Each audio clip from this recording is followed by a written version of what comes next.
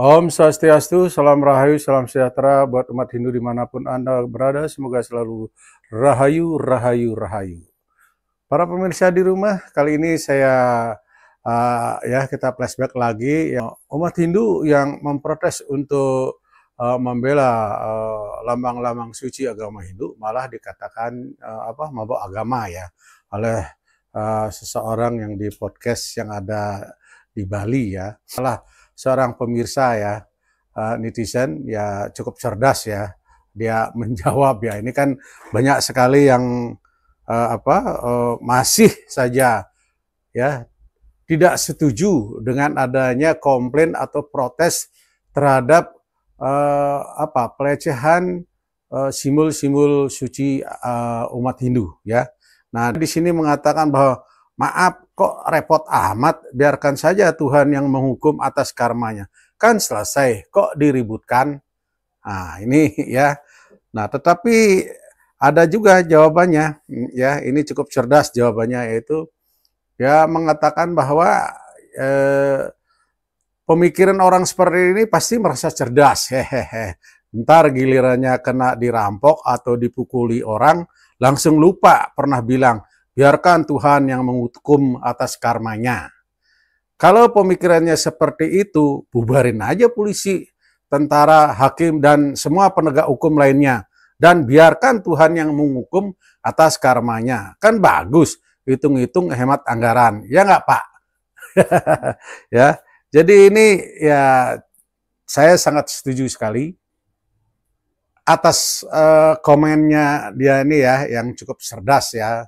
Ya dapat saya terangkan ya untuk orang-orang yang selalu membilang yang selalu bilang bahwa biarkan saja Tuhan yang akan menghukumnya ya, Dewa Siwa tidak perlu dibela ya, biarkan dia akan kena karmanya sendiri. Nah, disinilah kita dari segi agama ya, filosofi ya. Nah, kemarin saya sudah bicara tentang etika ya, mengenai 3 kerangka agama Hindu, yaitu etika, upakara, dan filsafat. Ya, kemarin penempatan ya Dewa Siwa itu tidak pada tempatnya sehingga menimbulkan protes dari pihak orang-orang Hindu Bali ya, orang-orang Hindu khususnya ya. Nah, karena ini melawan etika ya, jauh daripada etika ya. Nah, sekarang mengenai filsafatnya. Kenapa kita perlu membela Tuhan? Ya, memang seperti kemarin kalau secara spiritual ya, kita tahu bahwa Tuhan itu ada di mana-mana ya. Tidak ada ruang yang tidak dikuasai oleh Tuhan ya. Di mana-mana tuh Tuhan ada. Nah, pertanyaannya ya, kenapa ya di dalam upacara-upacara khususnya ya di umat Hindu Bali ini ya. Nah, penempatan sajen, canang dan lain sebagainya itu ada aturannya ya. Bagaimana kalau misalnya ya kita persembahan kepada Tuhan ya, kita letakkan di bawah ya, sedangkan kita duduk di atasnya untuk sembahyang, tetapi persembahannya di bawah ya, ditaruhnya. Apakah itu bagus dilihat? Apakah itu etikanya benar? Kan permasalahannya seperti itu ya. Memang Tuhan itu ada di mana-mana, tetapi kita tetap ada aturannya ya. Ada aturan mainnya, bukannya sekedar oh Tuhan ada mau, hanya kita seenaknya aja ya menaruh menaruh simbol-simbol ya, gambar para dewa, arca khususnya ya, sesajen ya, bebantenan dan lain sebagainya. Kan kita nggak bisa sembarangan naruhnya ya. Apa kita perlu membela Tuhan ya, atau perlu membela agama ya, seperti di dalam sastra ya, di Sara Semestaya sudah dikatakan kita mempunyai dharma atau kewajiban sebagai umat manusia ya, dharma kepada agama, dharma kepada negara, dharma kepada orang tua ya. Dharma kepada agama inilah kita perlu membela agama ya, ujung-ujungnya itu Tuhan, ya. Kita membela Tuhan apabila sesembahan kita ini, keyakinan yang kita agung-agungkan, yang kita muliakan, ya, itu dilecehkan, ya, dinistakan, ya. Ya, masa kita cuma berdiam diri saja. Nah, ini satu contoh, ya, kenapa kita harus membela Tuhan. Nah, di dalam cerita Ramayana, ya, karangan Maharsi Walmiki ini termasuk itihasa. Itihasa ini adalah kejadian yang pernah terjadi, ya. Pernah terjadi, berarti apa? Sejarah, ya. Nah, itu para wanara atau kera-kera atau monyet-monyet, ya. Nah, pada waktu Dewi Sainta diculik oleh Rahwana, ya. Nah, Sri Rama ini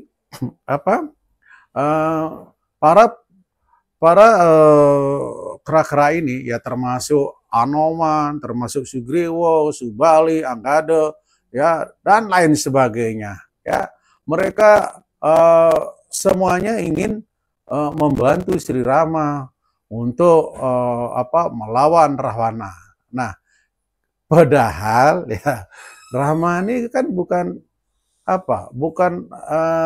raja atau manusia biasa. Beliau ini kan adalah awatara Sri Wisnu, ya. Sri Wisnu ini adalah manifestasi Tuhan dalam manifestasinya sebagai pemelihara alam semesta ini, ya. Nah, bisa aja beliau, ya, pites dari jauh dia Rahwana udah mati gitu. Nah, tetapi kenapa di sini beliau seperti bermain sandiwara, ya, biar ada ceritanya, ya. Nah, jadi di sini ini monyet-monyet, kera-kera, Anoman, Anggada, Subali, Sugriwo, ya, dia ingin menunjukkan rasa baktinya, rasa cinta kasihnya kepada junjungannya, yaitu Sri Rama, ya. Nah, Sri Rama pun juga begitu, memberikan kesempatan kepada kera-kera, monyet-monyet, kepada Pak Sugriwo, Subali, Hanoman, ya, dan lain sebagainya untuk berbuat karma baik. Ya, inilah Tuhan, ya, awatara Sri Rama memberikan kesempatan kepada Hanoman dan kawan-kawannya untuk, ya, menjalankan dharma agamanya. Jadi, kalau bukan karena untuk memberikan kesempatan berkarma baik, ya, Rama sendiri saja bisa untuk mempites Rahwana, ya, dalam sekejap dia udah mati, ya. Tapi ini si Rama membuat skenario panjang ceritanya, ya. Ini namanya lila Tuhan, permainan Tuhan, ya, sandiwara Tuhan. Nah, itu yang disebutkan. Nah, begitu juga. Nah, sama seperti tadi jawabannya para pemirsa, ya, bahwa perwujudan Tuhan itu juga bisa melalui hakim, jaksa, bisa melalui polisi, bisa melalui TNI, ya. Jadi mereka semuanya ini berperan, ya. Di dalam setiap unsur manusia ada sifat-sifat ketuhanannya, dan Tuhan sendiri bersemayam di dalam diri setiap makhluk, ya, termasuk yang Pak Polisi, Pak Jaksa, ya, TNI dan lain sebagainya, penegak hukum, ya. Jadi beliau adalah perwujudan Tuhan. Jadi seperti itu, ya. Jadi enggak, ya, jangan berpikiran bahwa kita, ya, memang Tuhan tidak perlu dibela karena kan Tuhan kan maha segalanya, ya. Tuhan maha sakti, ya, maha tahu dan segalanya. Apalah kita sebagai ciptaannya, ya. Jadi tetapi di sini membela Tuhan dalam arti untuk berkarma baik, yang seperti cerita Ramayana tadi, ya. Jadi kita memang diberikan kesempatan sama Tuhan untuk berperan seolah-olah membela beliau, tetapi itu kembali sebetulnya untuk kita, ya. Nah, sama seperti kita misalnya kita menegur orang yang salah menempatkan gambar visual Dewa Siwa, ya patut kita tegur, bukannya kita diemin ya. Memang Tuhan tidak perlu dibela, biarkan karma yang akan menghukumnya, itu memang benar. Tetapi di samping itu kita juga dibiarkan oleh Tuhan untuk membela, seolah-olah membela beliau, padahal itu karmanya kembali kepada kita, ya. Jadi seperti itu, ya.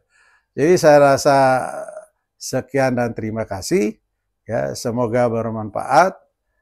Saya Wayan Amaluddin, Moksha Channel. Om Santi Santi Santi Om.